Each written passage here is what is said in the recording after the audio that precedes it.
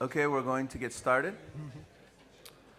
The motion today is this House believes that there should be no profit in education.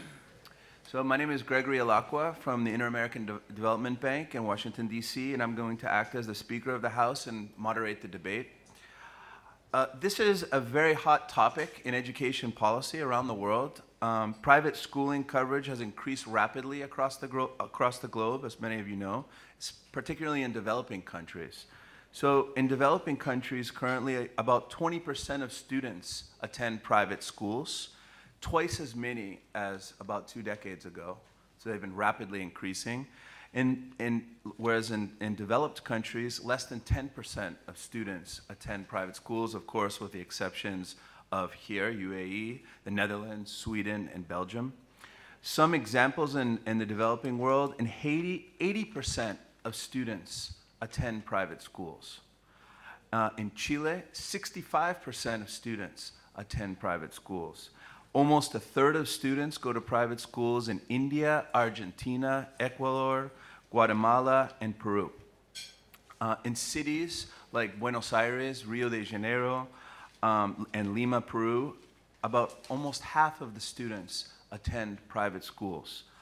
And in countries such as Liberia, Sierra Leone, and Guatemala, almost half of secondary students attend private schools.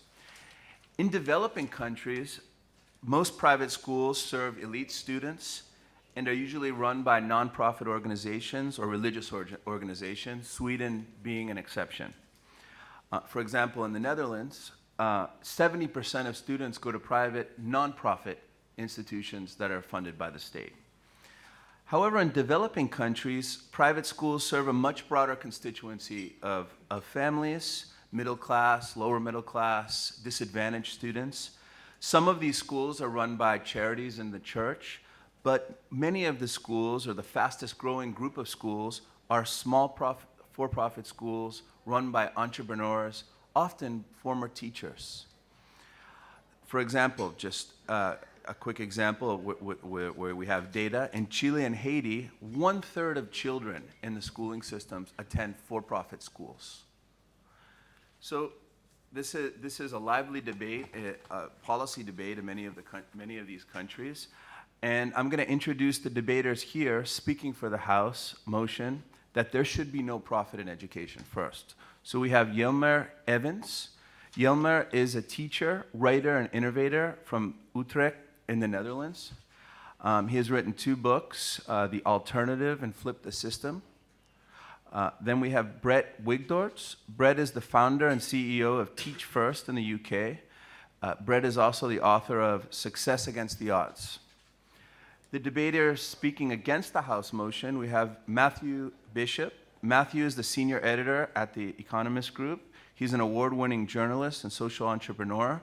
He's the author of several books, including Philanthrocapitalism, How Giving Can Save the World. And his partner is Shauntel Paulson. Shauntel is a general partner at Reach Capital, where they provide startup capital and support to education technology companies focused on issues of access and opportunity in education. So this debate will last about 1 hour. But before we hear the arguments on each side, I'm going to ask the audience in the chamber for an initial vote on this House believes that there should be no profit in education. Does everybody have a clicker to vote? So if you agree with the House, you vote 1, and if you disagree, 2. You have 10 seconds to vote, and your last click is your final vote. So you can change your mind, but your final click.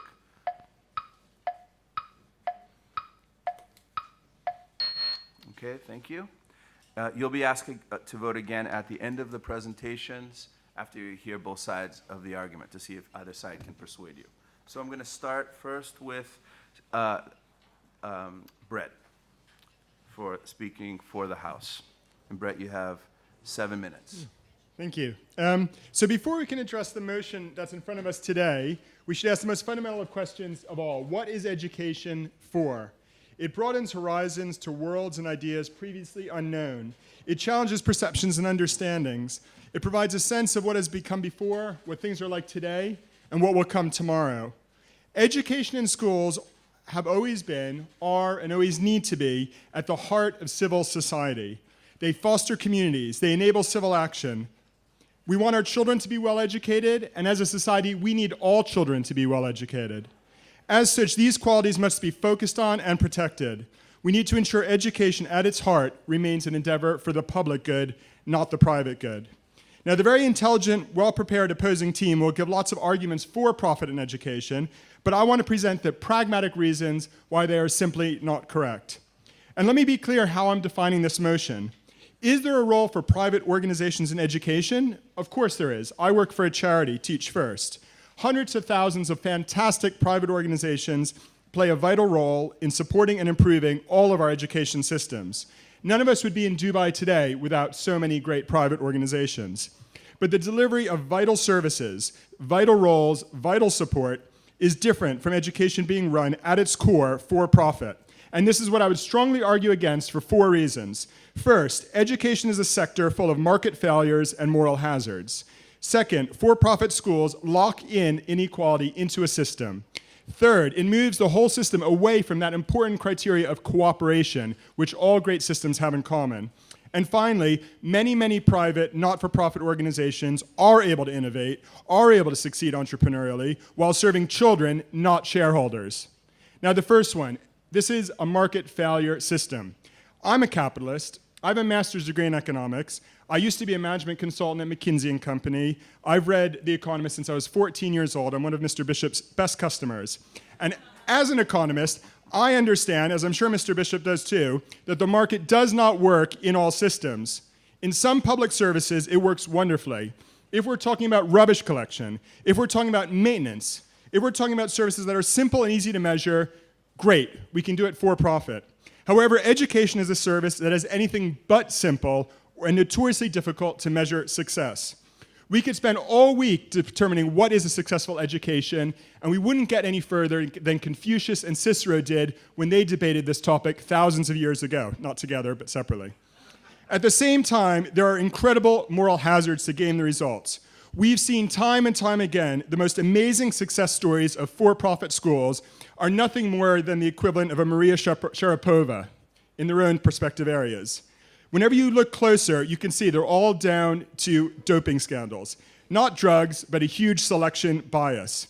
Choosing and keeping pupils whose prior learning, home life, and success in schools helps with the numbers in order to appease shareholders. You see this time and again when you look at the data of successful for-profit schools. There's a Ugandan chain I saw recently that has children take tests in one of 2 classrooms. If they're bright, they take it in one room. If they're not so bright, they take it in another room. Guess which results they report in their annual report and which they report to parents. Unfortunately, in states with poor regulation, the opportunity for this sort of gaming of the system is legendary, which leads to the final market failure of information asymmetry. Parents struggle to know which the best schools are. So the second reason is for-profit schools lock in inequality. One of the best benefits of education is its ability to be a leveler, to provide opportunity for all. What about if there's some children who don't return a great profit? Now, maybe one of you has a child who has a learning disability. Well, that's not a very profitable child, is it? Maybe one of you has a child who has a physical disability. That's not a very profitable child, is it? Maybe one of you doesn't have the money to invest in education. Well, you're not a very profitable parent, are you? Sadly, in order to provide opportunity for all, not-for-profit education needs to invest more heavily in some children than other children. And this is what we do as a society because all children are important. We need to make sure all children succeed, whether or not they're profitable. Those from disadvantaged backgrounds face much greater challenges, need extra support and intervention in order to have that playing field leveled. With a profit motive, we risk resources and effort being focused on those who provide the fastest and most efficient rates of investment. So you tell me, who is going to tell those children they're not profitable? I'd like to hear my opposing side explain to me which children we're going to say are not profitable and what we're going to do with them. Now, what does this lock in? It locks in inequality into a system. We've seen time and again, the best systems in the world have the lowest levels of private education.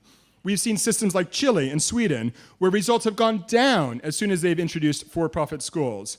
This is unfair to children who don't get access to the best schools, but also unfair for the country as a whole, which loses out on the talent and skills of a whole generation of young people. The third reason I'd give is collaboration is more effective than competition in education. Schools are not islands. They rely on collaboration. They're part of networks, working parents, children, communities, and others all around them. We've seen that some of the most effective models around the world rely on collaboration. London, 12 years ago, was one of the worst education systems in Europe. Now it's one of the best. And one of the reasons it made this change was a program called the London Challenge, which did what it said on the tin. It challenged the capital school to up their games and improve. It achieved this through a range of measures, but at its heart was collaboration. Good schools being matched with weaker schools to share best practice, staff, and resources. You just would not do this if you were focused on the profit motive. And this is what I've seen around the world. What do Finland, Shanghai, Ontario, and Singapore have in common? You have 1 minute. Oh, they have different there are different continents, views on testing, everything's different. What they have in common is collaboration. They're in systems where people work together, and they're the best systems in the world. The last point I'd make is innovation and competition can happen without profit. Profit is not necessary. We do not need a profit in order to motivate people to do well in education. Instead, we need the moral reason, and that's what we've seen. The lack of profit in England hasn't been any hazard to chains starting academies, all sorts of schools that have driven up standards. I've seen outstanding chains of schools around the world that operate entrepreneurial with a moral purpose. And in the end, that is what helps kids, that moral purpose which all of us have, everyone in this conference has, to help kids succeed. I've seen schools like KIPP schools in America, ARC academies in England, PE schools in Uganda, more and more networks around the world that are run for moral purpose and are entrepreneurial, making change happen and helping kids succeed to the top level of their ability. Okay, you're going to need to wrap it up in 5 seconds. Okay, let me conclude. Private organizations have an important role to play in education, but they don't need to be for profit for 4 reasons: market failures and moral hazards. For-profit systems lock in inequality. It moves systems away from collaboration towards competition, and you don't need profit to be successful. All you need is that moral purpose. Thank you. Thank you, Brett. And now, Michael Bishop, you have 7 minutes. Thank you. And well, it's difficult to disagree with one of your own customers. I'm going to have to do so today. I'm assuming, I mean, he's played the classic trick of a debater, which is to, when you have a motion you can't possibly defend, is to redefine the motion. And we all know, and I assume you all voted 100% against the motion, because it's inconceivable that there should be no role whatsoever for profit in education. I can't think of a single well-functioning education system in the world where someone isn't making a profit. I was entirely state-educated in the United Kingdom, but my school desk was made by a for-profit company. The paper and textbooks were produced by for-profit people. The pens were produced by for-profit people. Nowadays, you don't have pens, you have iPads and what have you, produced by for-profit companies. The food was produced by for-profit entities, and so forth. So you're not going to vote for this motion, you're going to vote against it. So let's spend our time talking about the important issue, which I think our colleague brought up just because we have the time to pass, which is, does education actually, is it better served by having a much bigger role for profit than it's historically had, particularly in the core function of actually providing the teaching and the education to the children? And I actually argue, precisely for the reasons that you choose to argue against, on equality grounds, we should unleash a much greater role for profit in the education system.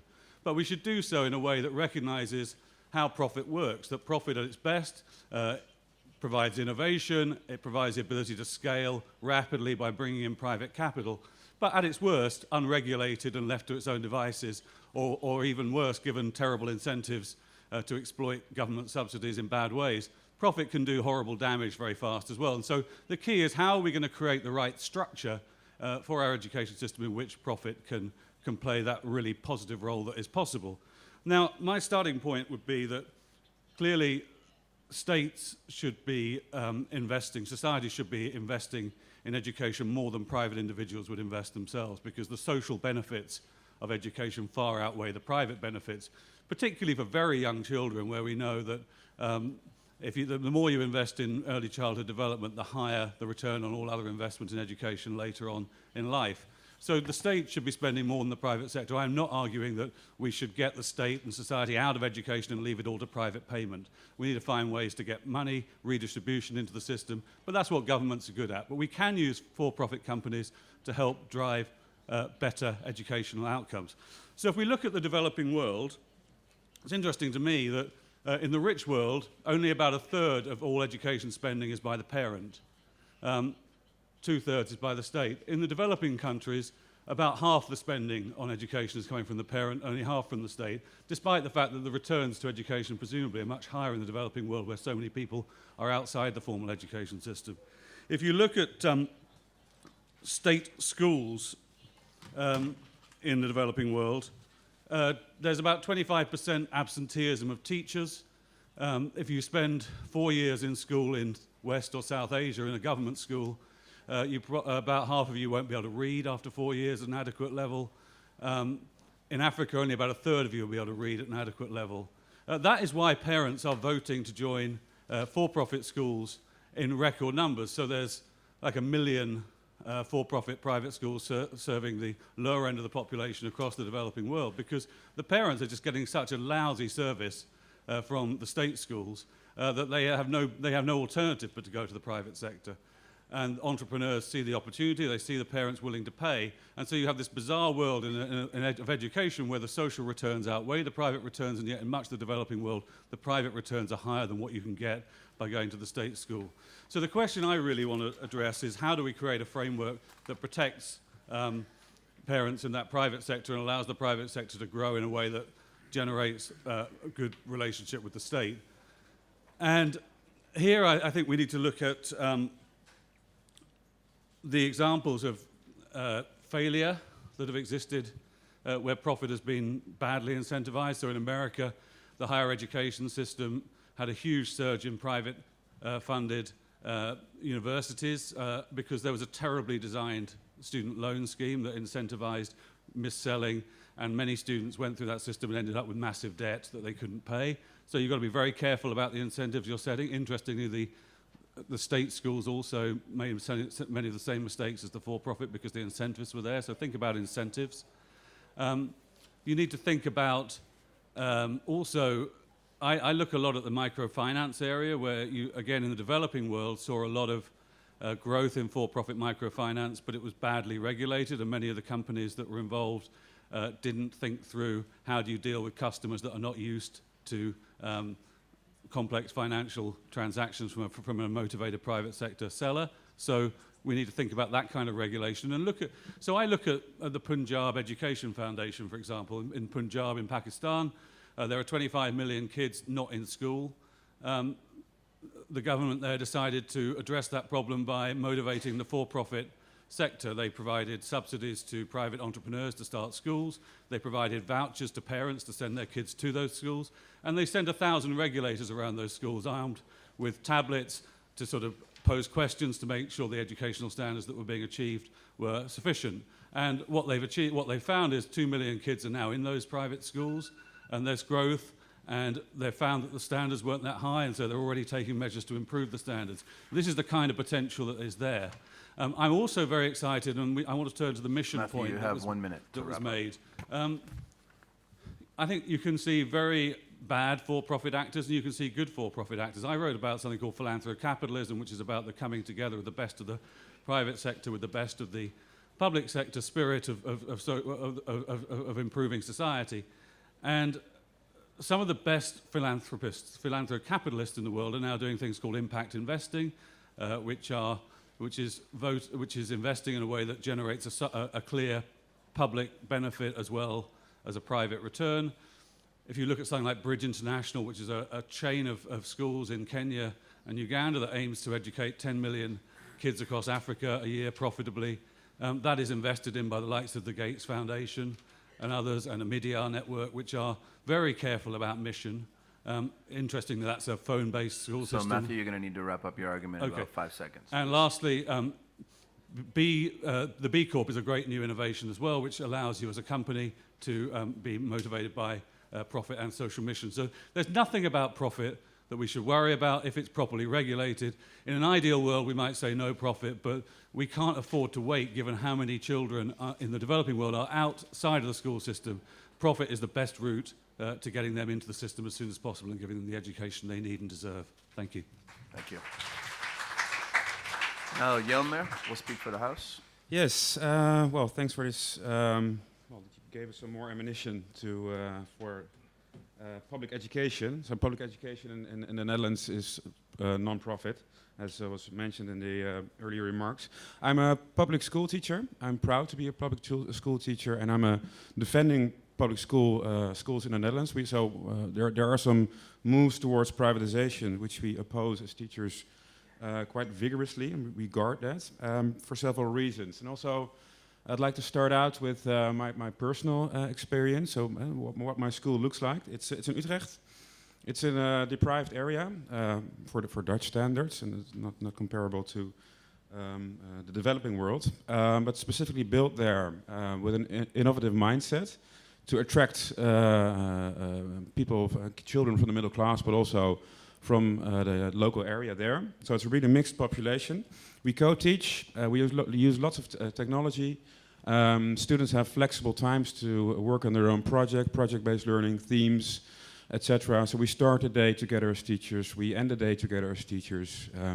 We co-design our curriculum, so we have design days. And it's all within the public system. Lots of times the public system is framed as being not innovative, but it's just the matter of how you frame it and how you build your public system. And in loads of areas, and also all the countries that our opponent has mentioned, these systems have not been designed well, and I think the case is that we need to work on that and not find a sort of like a education light kind of solution to provide for education for all children. I was thinking of a student of mine, Vincent. I was his tutor 3 years ago. Loads of home problems when he was there, also from a deprived area. Using a different name, so violence at home. It took lots of extra care and extra resources from our school to ensure that he got a good education, and he's now in university, has his own company, etc. But the bottom line was Vincent. It was a child. It wasn't money. And I'm pretty sure, and also seeing all the examples globally of children being left behind by for-profit, that Vincent wouldn't have made it in a for-profit educational system, so for-profit schools.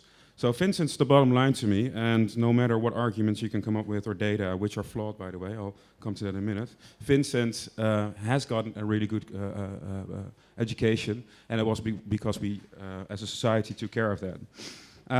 So I'd like to go into some other things that Brett also mentioned. So in developing countries, you can see that it's the top performing countries are indeed all public. Singapore, Finland, so it's across the board, and it's also global, across the board, public, collaborative, also very innovative. One of the most innovative countries is Singapore itself. So that points the way towards where we should be going, and you can use the same strategies in developing countries as well.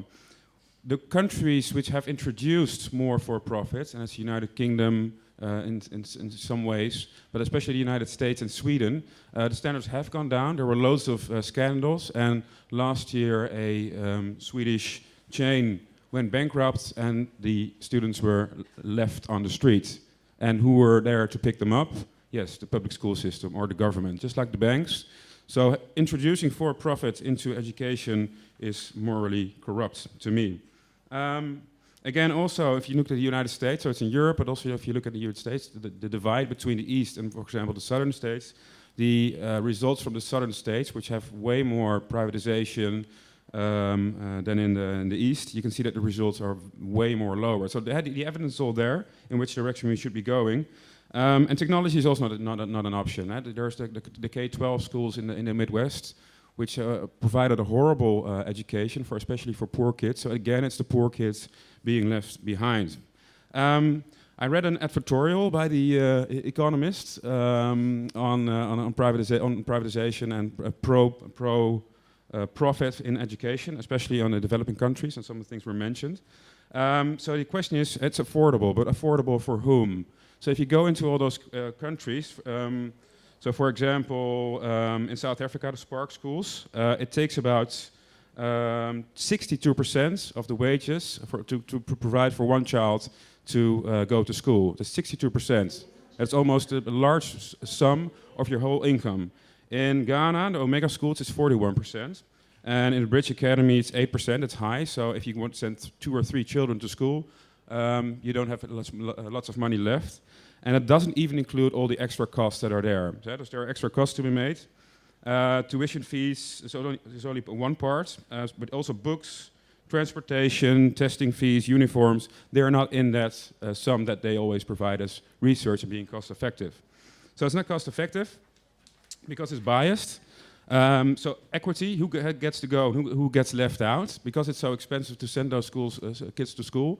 It's usually the boys that go to school because of the cultural differences. So you can send one child to go to school, the boy goes, so it also increases the gender inequality.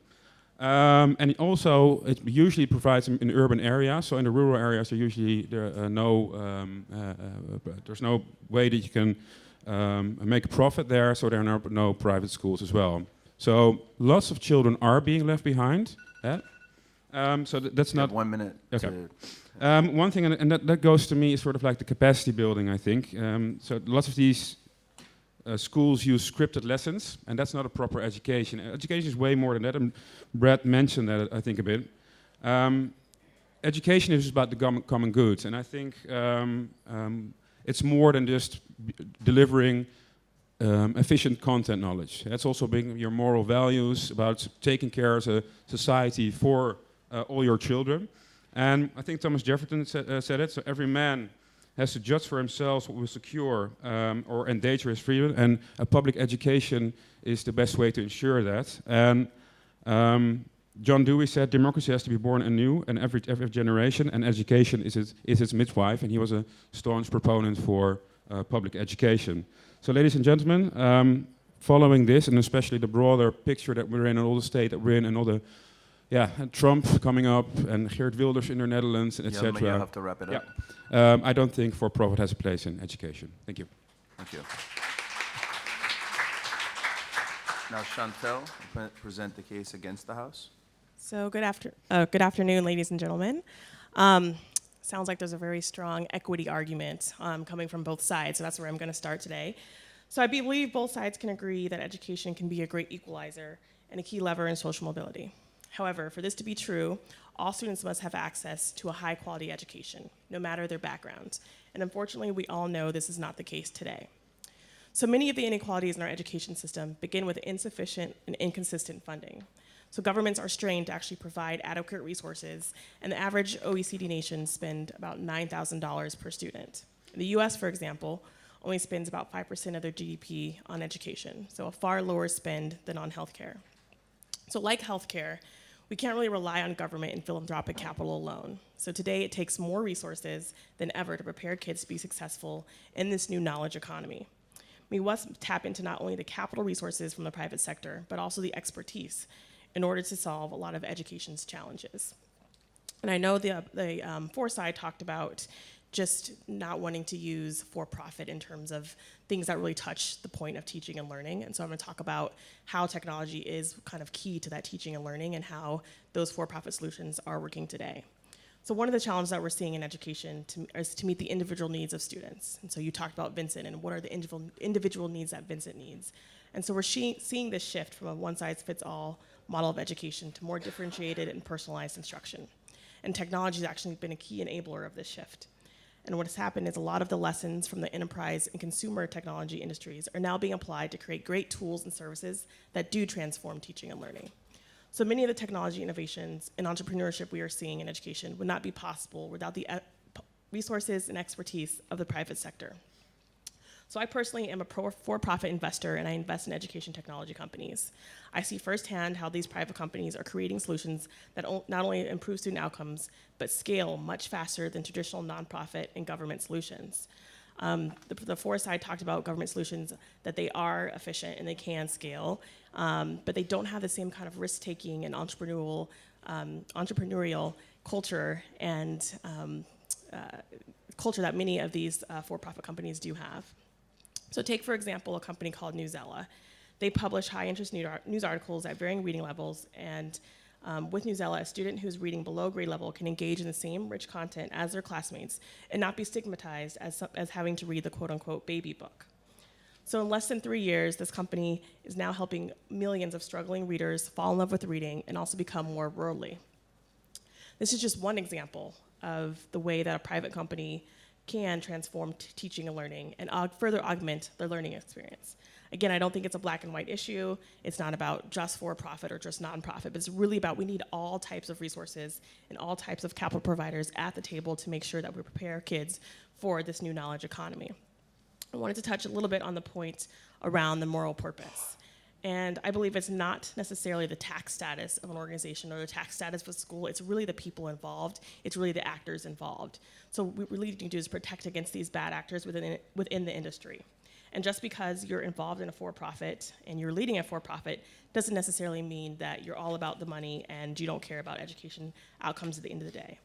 So I would say that Vincent could be successful in a for-profit school if that for-profit school has the right structures in place and has the right people behind it. So take, for example, a GEM school. I think Vincent could be very successful in one of these GEM schools who is a for-profit but is delivering high-quality education. In addition, you talked about just the different levels of income and just the access to high quality education. And a lot of for-profit providers do have a tier structured model where they do help students from lower income backgrounds actually be able to get into those schools. They provide scholarships, they provide other financial assistance. So I think, to wrap it up, again, I think we need definitely for-profit education, both to enable what we want to see in terms of our kids' outcomes and in terms of them being prepared for the knowledge economy. And also, it's not about for-profit, nonprofit in terms of the provider, but about making sure the right people are involved and there's regulations in place. Thank you. Okay, so now I'm going to start with a few questions, and if we have time, I'll open it to the chamber. I'm going to start with Brett. Could you come up? So, why do you think parents choose for-profit private schools over public schools? And often, in the case of some countries, one case that I'm familiar with is Chile, even when the public schools produce higher quality education, parents are preferring for-profit schools. Do you think parents are wrong? It depends. I mean, I think one of the market failures that we have is information asymmetry. So for-profit schools spend a lot of money on marketing. They're very good at marketing. I remember just recently met with a for-profit chain which told me their marketing strategy. And that gives the information asymmetry, just like tobacco industry or others, to give customers knowledge that is different from what's reality. So I think that's one reason why parents choose for-profit schools, even though a state school might be better. And I see that in England many times. I'd also say it's a difference between a for-profit school and a private school, which is, I think, a difference as we're trying to say. There are fantastic private schools that go for the moral purpose. And I think if you have a private school that focuses on the moral purpose and invests their money into the school, that's one thing. What you don't need is a private school that invests their money in the shareholders rather than those children. And I think that's where we're arguing against. So in the case, wouldn't a smart policy be then for the government to provide information to parents on the objective quality of schools and let them make the decision if they choose for-profit or non-profit, or hold the schools accountable for their outcomes? Wouldn't that solve your information asymmetry I think problem? it would be great if governments could do it. What we see in most countries in the world, there's very poor information about what's going on in schools. I use the Uganda example as one school system I know where there's a chain of schools that actually has kids take tests in 2 different rooms and only publishes one room and not the other. I think those sort of things happen in countries all around the world. I mean, if you think about Olympic doping scandals, I think what we see in the world of education, there have been even more scandals in schools where schools have actually published the wrong results or only focus on certain kids or kick kids out of the schools right before test time who aren't right. And we even see that in a country like the United Kingdom where there's Ofsted, this inspectorate for all the schools.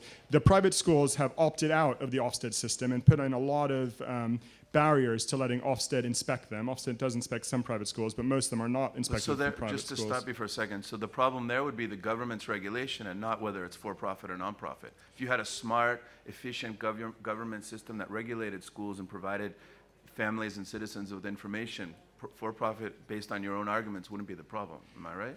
I think that would be an almost impossible situation. We haven't seen that in any system so far. But then you'd also get the other situation, which is what information do they provide? And I think you'd still have for-profit organizations gaming the system in order to make profits, while other schools wouldn't have that focus on the profits, so wouldn't be gaming the school system that much. Okay, great, thanks. Jelmer, now I have a quick question for you before we go on to the other side. You said you had, if I understand, kind of a moral problem with profit in education, would you be in favor of supporting a for-profit school that provided high-quality education to disadvantaged students? If they found a business model that worked, that provided high quality, high standards education, like the school maybe where you currently work at, the public school where you currently work at, for disadvantaged students, would you still be in favor of banning this school, or would you support a for-profit model that worked? Yeah, because I've seen that it works, and you have all these hugely different circumstances where public education is innovative and can be catered for these local conditions.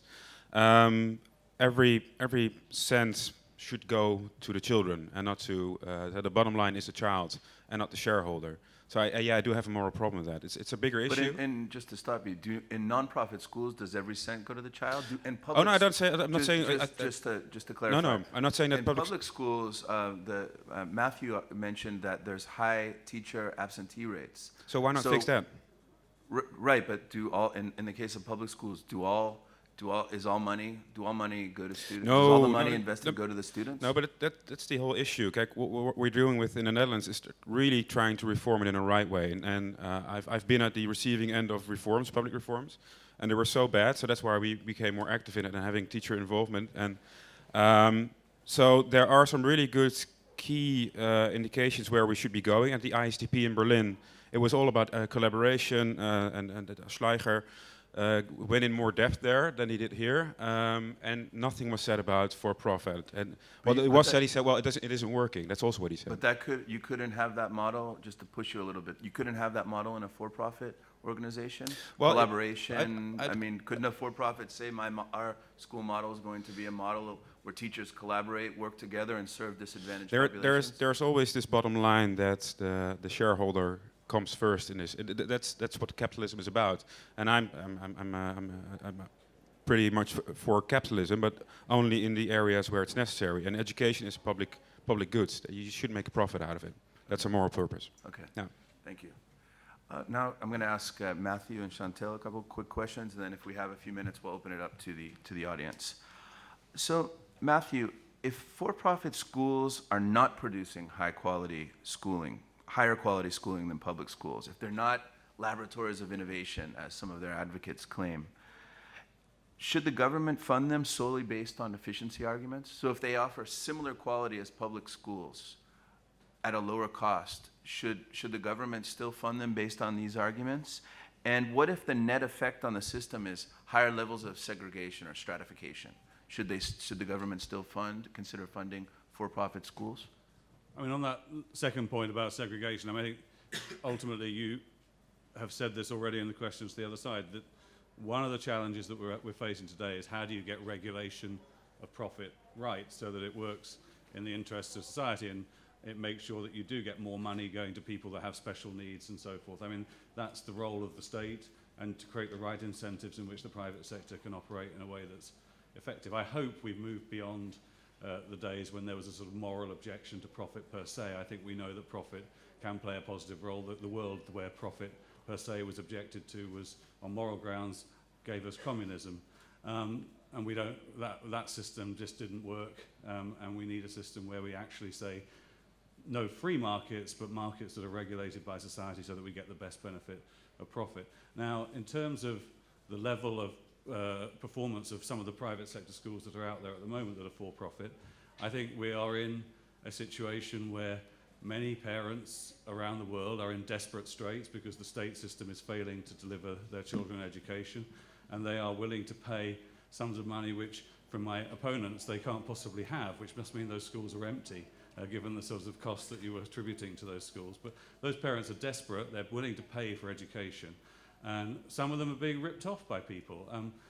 I think the models that are interesting are things like Bridge International, which is a chain of schools that's developing a franchise model properly funded by respectable investors who are trying to scale up, or the GEMS school system, which is, again, trying to achieve a large-scale presence where it will not be possible for it to deliver bad education But without being just to scrutinized and held to account by the public. Just to stop you for a second, Yeah. but what about the schools in Sweden that failed? Would you argue that the government should no longer fund these schools? If a chain of schools fails and shows that it's not innovative or that it's producing similar quality as the public schools or lower, should the government halt funding? One of the biggest problems in public school systems in state school systems around the world and in school systems around the world is what do you do about failing schools? And there's a tremendous reluctance to shut failing schools. I think in a way it makes it easier to make the moral case for shutting down a for-profit school that isn't performing because no one likes profit anyway, and so you can do that. But I think every school should be held to an incredibly high standard because we're playing with children's lives here, and if they're not getting a good education, then we're all going to suffer the consequences, and they're going to suffer the consequences. So I think we should really focus this question on how do we regulate a dynamic system where bad schools go out of business and good schools are allowed to grow and spread their new methods that work around the population so everyone gets a better deal. And if profit's generating segregation, as your opponents argued? Well, I think profit will only generate segregation if the regulatory system allows it. And obviously the way in which profit is most generating segregation is amongst rich people who are able to opt out of the system into very high-end private schools, which is not what we're talking about here at all. We're talking about the private schools that are spreading in the developing world to help parents that are just desperate to get anything for their kids that gets them a chance of a better life. Okay, thank you. Shauntel, I have a quick follow-up question, then I'll open for one or two questions. So on the question of regulation, do you believe that the government should regulate private schools, and particularly for-profit schools? Should they hold them accountable for their outcomes? And should the government close low-quality for-profit schools, even if they are popular among parents? Mm-hmm. So for maybe oversubscribed for-profit schools, should the government close them if they're performing under standards? Yeah, so I'd agree with what my opponent said earlier, just around the government's role is to do regulation, and of course, we need to make sure all schools are held to the same standards. I think another role in kind of agreeing with my opponents around the role of government is also to provide information, right? And so the government's role can make sure that parents are getting the information that they need around the quality of different schools. And actually, it shouldn't come to the government having to close a school, but through choice and through parents knowing that the school is bad, they will walk away from that school anyway. And so the government shouldn't have to get involved at that level, but in a free market where there's definitely different options, and schools that are performing will, So you think parents should be holding schools accountable and not government? So Exactly. What if parents are choosing a low-quality for-profit school? Mm-hmm. Should the government intervene? Should the government close the school? I think the government what's the government's role? I think the government's role there is in more in terms of kind of information sharing and educating.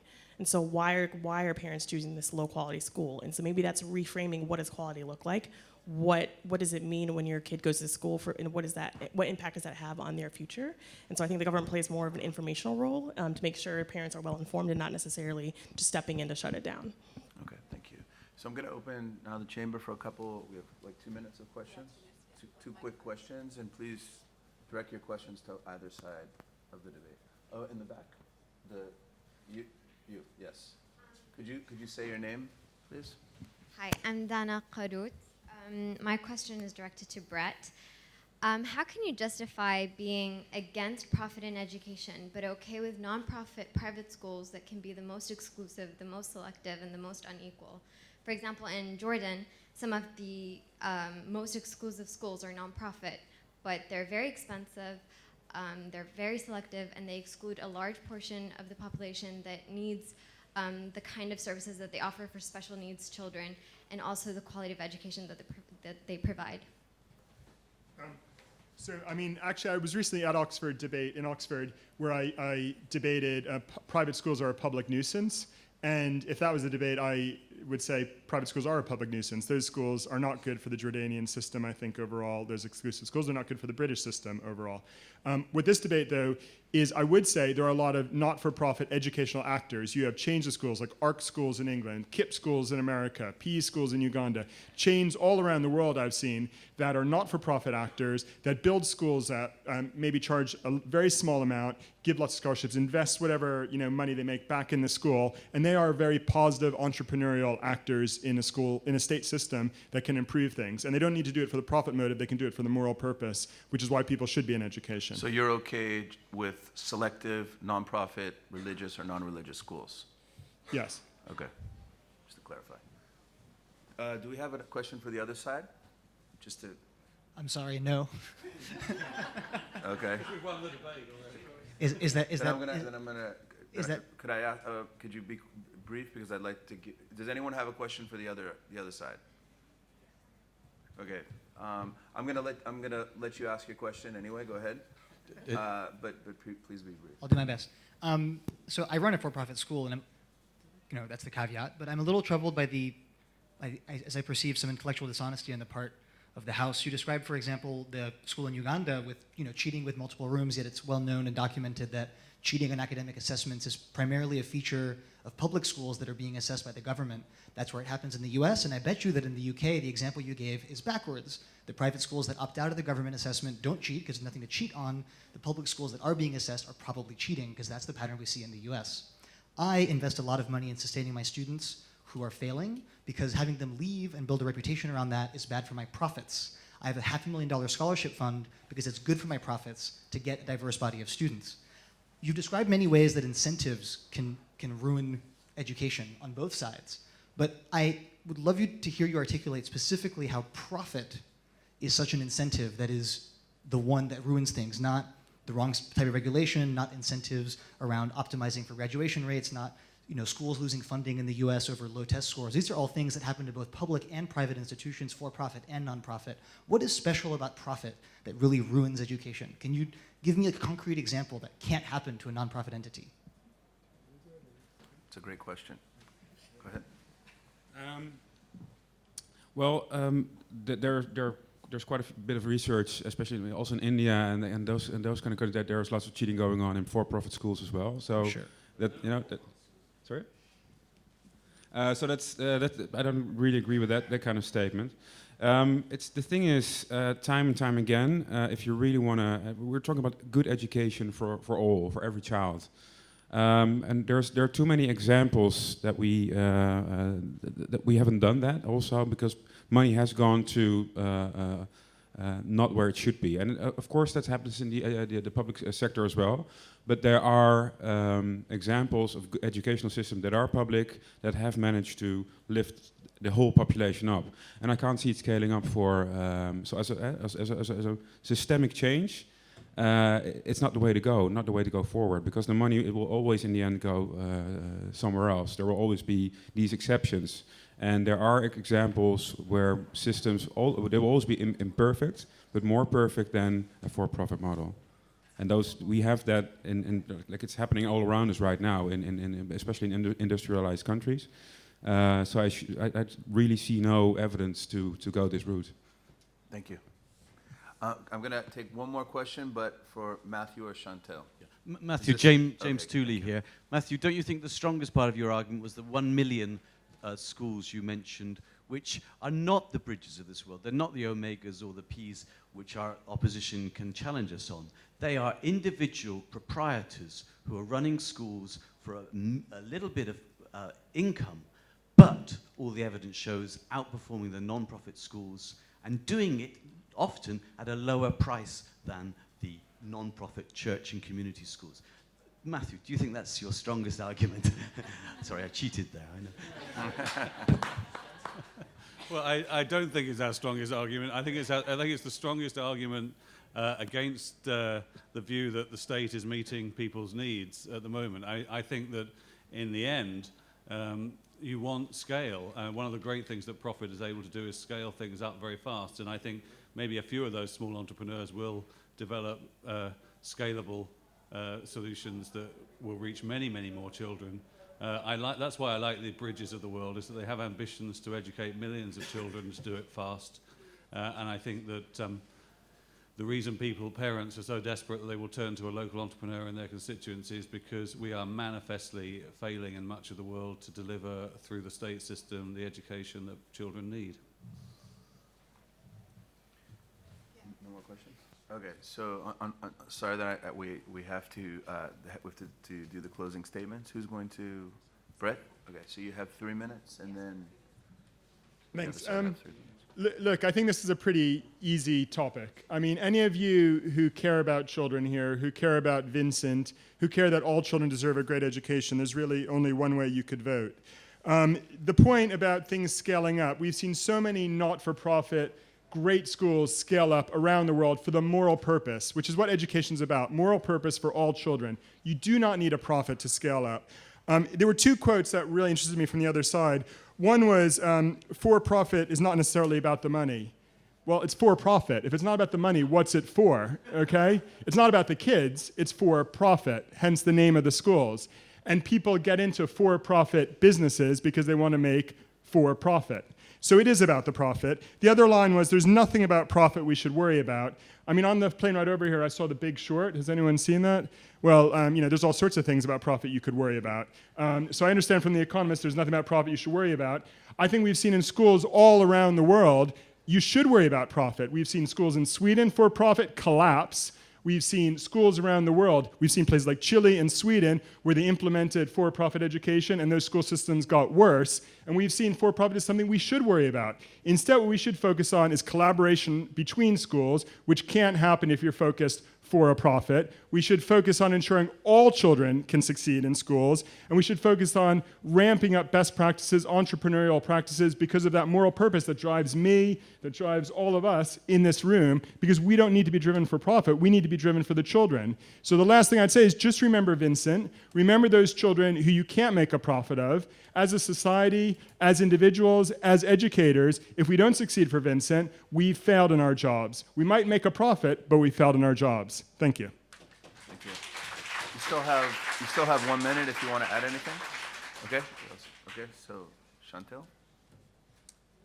So I just want to first directly address the point around for-profit. It's not about the profit. What I meant by that is it's not about the profit exclusively. So we've seen a lot of organizations be for-profit, but also be very mission-aligned, very impact-focused. So Matthew before mentioned the B Corporation, for example, in the US. And within a B Corporation, they actually have impact in addition to profit as their legally defined goals. So again, these things are not mutually exclusive. And furthermore, by focusing on impact and student outcomes, the money oftentimes follows. And so we heard from the audience an example of making sure that you're serving the students because they will walk away, which in the end is going to basically impact your bottom line anyway. And continuing on, I want to pick up the point that was just made by my opponent. In my opening remarks, I gave examples of how profit could lead to bad outcomes if not properly regulated. I clearly think there are risks associated with just letting profit run rife. I certainly wouldn't want Donald Trump to be in charge of the education system, although I guess that may happen through the public system rather than the private system, given the way America is leaning at the moment. I think that private companies are going to drive much of the educational growth in the world over the next 25 years. It'll be companies like telecoms companies that make mobile phones available to people. It'll be companies like Google and Facebook and Apple that see delivering very high quality content to people outside the formal school system as a great way of satisfying the need that people have to be educated. And on this question of purpose and profits, one of my favorite examples is Andre Agassi, the former champion tennis player who, in his philanthropic life, started to get involved in schools as a charity, and then found that the charter schools he was supporting couldn't get buildings to teach in, and so he has ended up starting an impact investment fund to provide to build schools, charter schools around America. He's raised $100 million to do that. That will make profit, but interestingly, he contrasts himself with a classic for-profit property developer by saying he's creating a structure whereby once the profit has been made to satisfy the investors, the schools then have ownership of their own buildings, which is not the model that's being done by traditional developers. So I think in this for-purpose impact investing world, we have a different relationship with profit than maybe the caricature that my opponents have been talking about. And if we can create a regulatory system that encourages that sort of mission-driven profit-making, doing well by doing good, then we're going to be in a world that is really reaching so many more kids and giving them an education, and that gives them a better life, and it gives all of us who are in society with them a better society as well, because we have so many more people able to live to their full potential. Thank you. Thank you, Matthew. Okay, so now we're going to look at the results from the first vote. So it's 53% agree with the House, 47% against. So now, a very close vote. So now we're going to vote again. Okay, so one is agree with the House that there should be no profit in education. Two is disagree with the House. So you have 10 seconds to vote, and your last click is the vote that will count.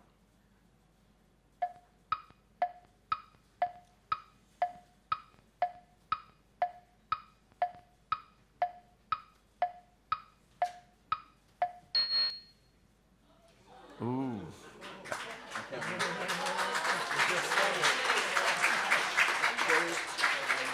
51% against the House.